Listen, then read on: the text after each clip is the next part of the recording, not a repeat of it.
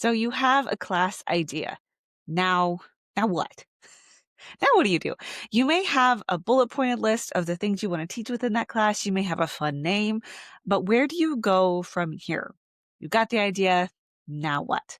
So, hey maker, I'm your digital marketing coach, Tori.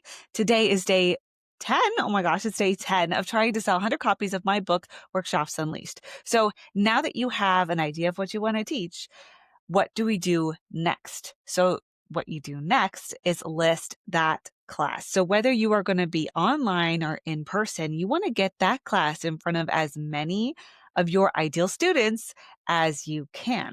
So you may already have a plan of where you can post this class. You may already have an idea of who might be coming to this class.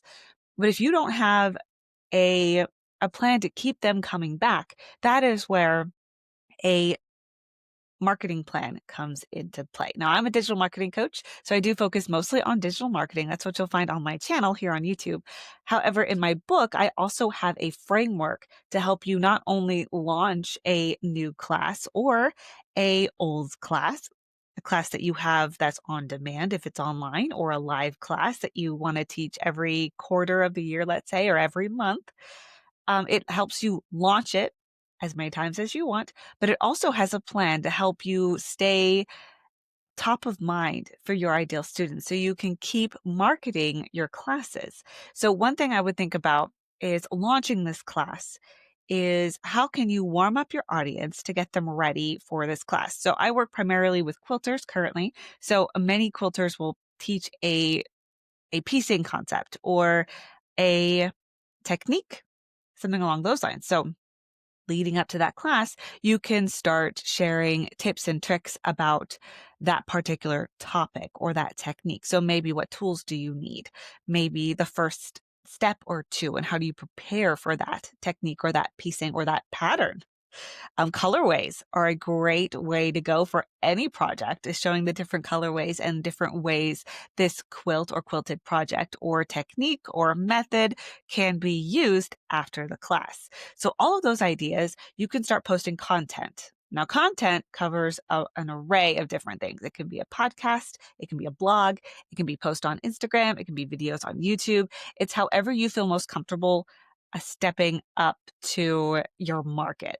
If it's in person, it may also look like talking to people in a quilt shop or in your quilt guild or in your network and your friends who you want to invite to come to this class.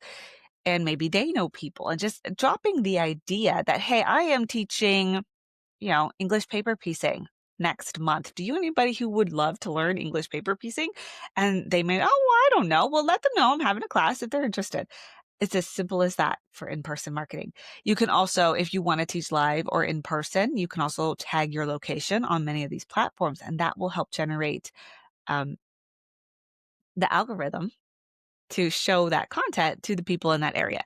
So there's different ways that you can market both online and in person to get the word out about your class. Then what I would suggest, especially if you are looking at on-demand classes or live online classes, such as you would teach over a platform like Zoom, I would have a email list where you are sending an email about this class and a series of emails to not only warm them up with your content that you're creating, so that awesome blog post about different colorways and how they can go together to create different feelings. That could be one. You can invite them, entice them, invite them, and prep them for this class. And then you invite them to come into the class. Come and sign up. It is time to sign up. And then you teach the class. And then you have a follow up. So those are all the different parts when it comes to marketing, and especially online. I still suggest you follow up, even if you're doing this in person, because it helps with so many things. And I do have a separate video on following up with your people. And actually, I think that's going to be posting. Ooh, that's going to be posting in a few weeks. However, I will link it once it posts so that you can see it. And or maybe I'll do that one tomorrow for day 11. So if you're seeing day 10, check out tomorrow for day 11. Okay. Um, what else do I want to talk about when it comes to what to do next? So you've got the class idea, you have an idea how to get the word out there, and then you get ready to teach. Now make sure that while you are teaching this class, that you are letting them know what else you're offering and what else you offer. So if you are a pattern designer who's teaching a quilt pattern, make sure they know that you have patterns. You have other patterns that they can do. You have other classes that you like to teach. Drop those little hints in there, or not hints, but drop that information within your class. It's part of networking, it's part of marketing. So you're just letting your audience know that you have these other offers, and you can invite them to look, you can invite them to join the next one. And it's a great way to help encourage their journey, help encourage their creativity, and create that community. And it also helps you get the word out about what you offer.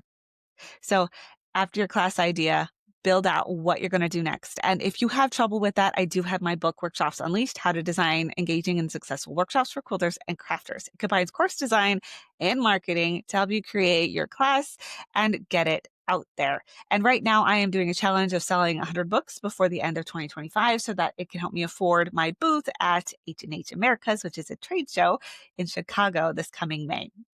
And I'm starting this early because it takes a long time to get the funds from a book, but I can hopefully get a booth and get more of, be able to talk to more people about my book and my digital marketing services. And if you like this, if you like this video, if you like this book idea and you know somebody who could use it or you could use it, Amazon randomly puts it on sale. So keep an eye out on Amazon. You can get it for a little bit less. And like and subscribe if you're enjoying this series or this channel. If you want to subscribe to the channel, I offer a lot more on digital marketing.